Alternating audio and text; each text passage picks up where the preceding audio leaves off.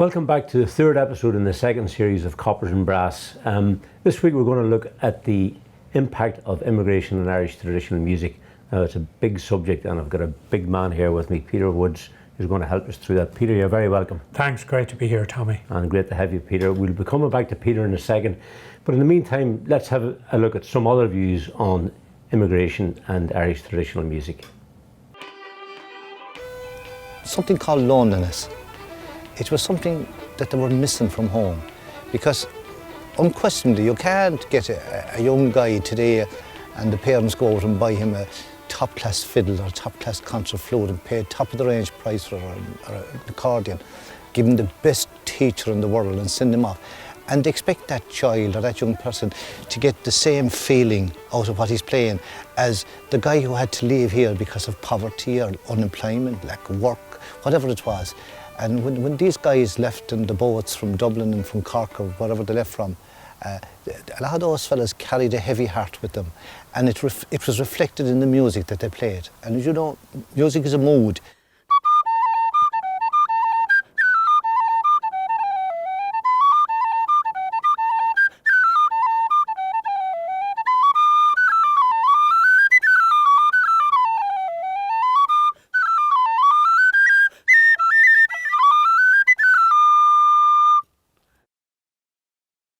To be playing Irish traditional music, like, it just wasn't the thing.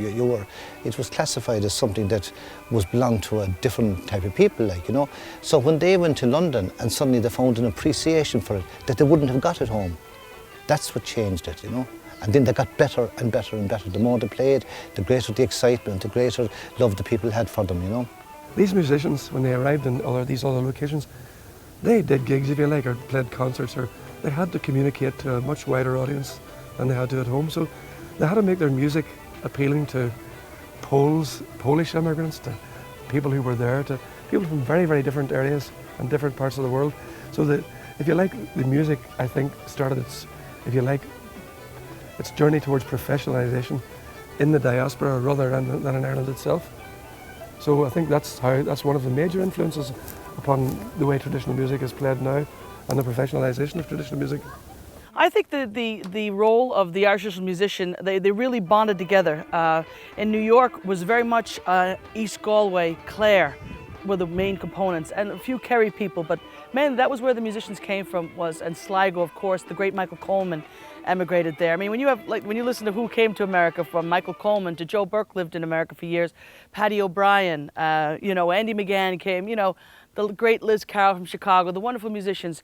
But back then, I think what happened here in America was that they made tapes. They had access to a lot of equipment that they didn't have in the homes over here. And there was tapes made of music, and I know they were sent back.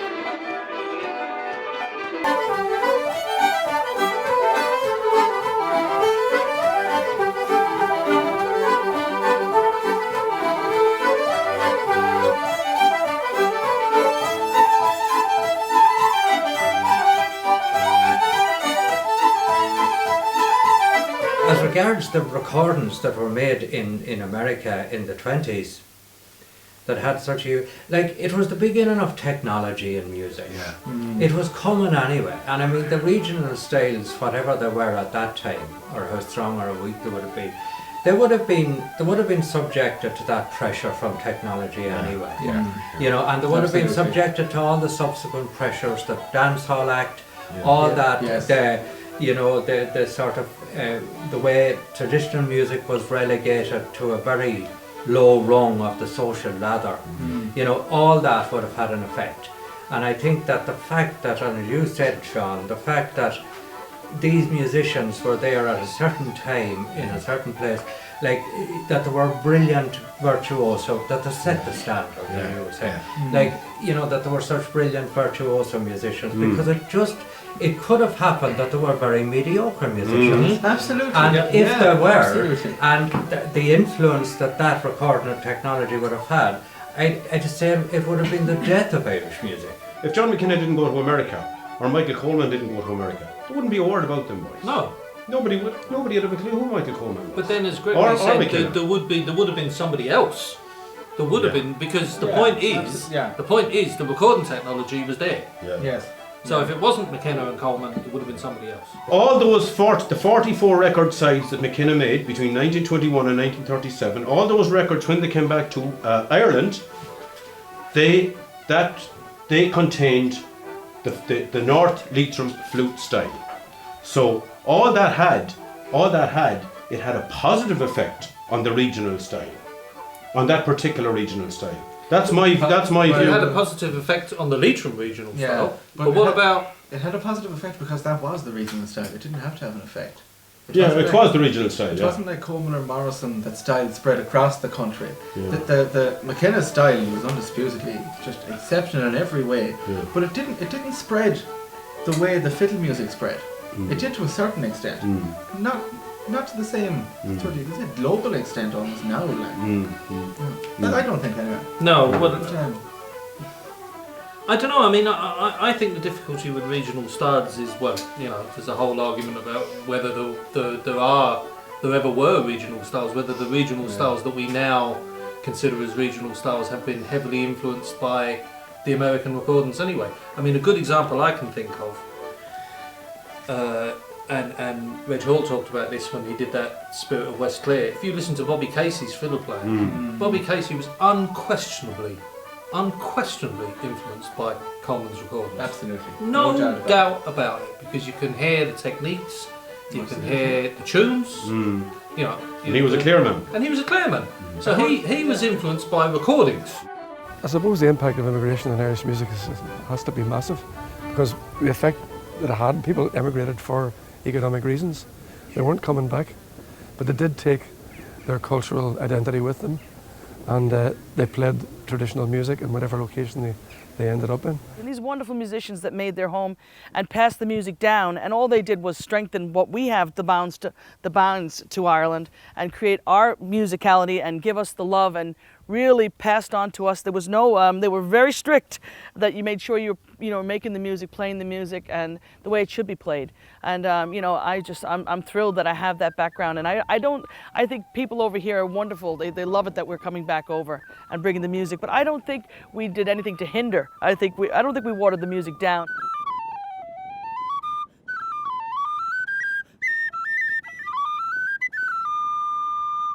Well, Peter, lots of informed views by people who both lived abroad and some who were born abroad, but still very much immersed in Irish traditional music. So, plenty to discuss. But before we do that, what about yourself? Tell us a little bit about your own background. Well, like as you said there, I was born abroad. I mightn't sound like it because I was brought up here from I was 6 years of age. My family moved back here. There was always music around the house because one of my uncles had played, and there were instruments and that, but I didn't play myself. But when I was in my mid-late teens, I moved to London, which was in the late 70s, and it was during that or towards the end of that great era of London session music. Like I remember once saying to John Carty, we thought that would never end. We thought that was normal and that was the way it would be, but it wasn't. I've written a book called The Living Note about traditional music, and I've written a novel which has a lot of traditional music in it called Hard Shoulder as well. And I've made lots of radio programs on music. Right, those books based on your experiences on the Irish scene in England? Yeah, to some extent, right, yeah. Okay. Maybe a little bit about the context. How did all those great musicians arrive there, and why did they arrive there? I suppose they arrived there because, as somebody said in that tape, big work is the emigration, to get out of the place in different times. Actually, Greg Daly, I think, mentioned in that about the Dance Halls Act, and that was the era of that was 1935, and there was a lot of emigration after that, and then there was the Second World War and the great emigration after that of the 1950s, which brought a whole new generation of great musicians to Britain and to London in particular, like the likes of Casey that was mentioned in that, and Raymond Rowland, and Liam Farrell, who probably came a bit later, and you'd be talking about Tommy McCarthy, the piper from Clare, and his whole family as well as that, and plenty more of them. But Peter, how did that work? People from different parts of Ireland were, at a time when they were coming, when regional styles were still very strong, and they were coming together. did it not sound discordant? It didn't. I think one of the best recordings to my mind of traditional music is Paddy and the Smoke, which was recorded in the Favours on the Holloway Road.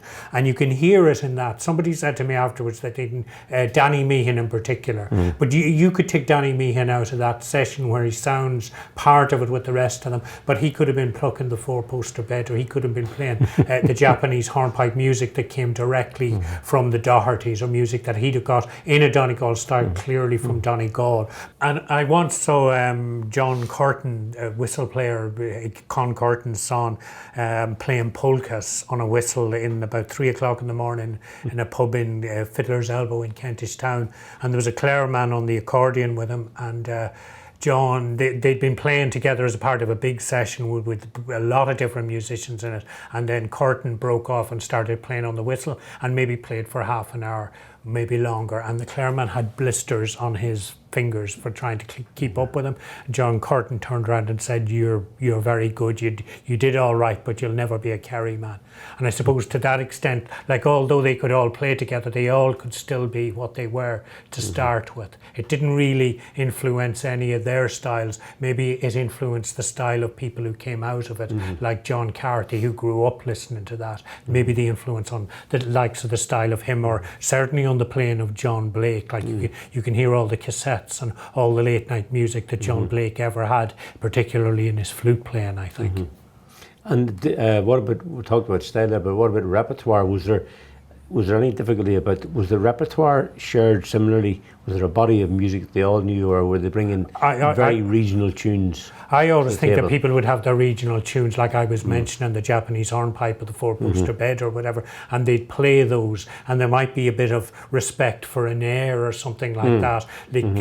But beyond that, like, the repertoire to me comes from Coleman and Killoran, and from those people who went to America and brought that music, but that came back from America. Fairly well shared body of music, yeah, the session tunes. Well, before we carry on with the conversation, Peter, we're going to skip back over to the Cobblestones, place you've been in once or twice. I think you might have known it. I have indeed. Certainly a great reputation for music, and we have a couple of young musicians down from Dundalk tonight with Daithi Kearney, and we're talking about emigration. Josephine Keegan was certainly a regular feature with Sean Maguire over in London during those formative years of the sessions and the music, and she's a great author of great tunes, and the young students are going to play a few of her tunes. So we'll take a wee break from the discussion and skip over to the Cobblestones. Great stuff. So I'm here with a couple of the students from DKIT, Dundalk Institute of Technology, and they're from a scatter of places, but we're going to play some tunes local to us above in Dundalk, written by Josephine Keegan. We're going to play the U3 in the Gates of Mullagh. Whoop. So, 1, 2, 3.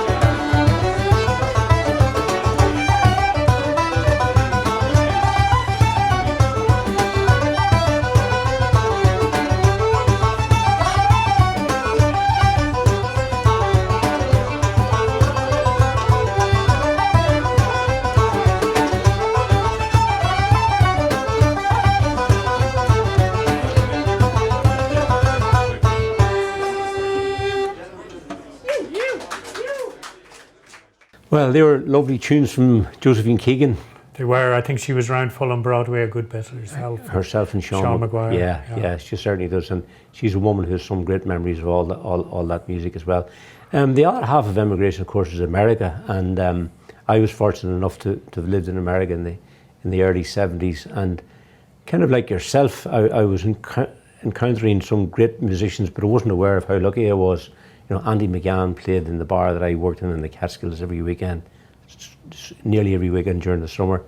Johnny Cronin and Paddy Reynolds, you know, incredible music. And yet, even though I wasn't playing music at that time, I could hear a different sound going on. Did you ever experience that about the music that came out of America, that Irish music? It had its own sound, yes, definitely. Didn't it? Yeah. And it had to swing to it. And maybe if you even, like the whistle playing there at Joni Madden, but particularly when you hear a group of them, to me it's particularly associated maybe with accordion players have maintained it. Yeah. Maybe Mulvihill as well, in that I heard back playing there a while ago, and but also that style of fiddle playing. I remember going into the Cobblestone you were talking about there one night. One of the first times I was ever in it, Neely Mulligan was playing, and the session at the time was down the back, and Vincent Harrison was playing it. I'd never seen Vincent Harrison before. I was at the bar, and he came up to the bar, and I said to him, "You must have been in America for a while."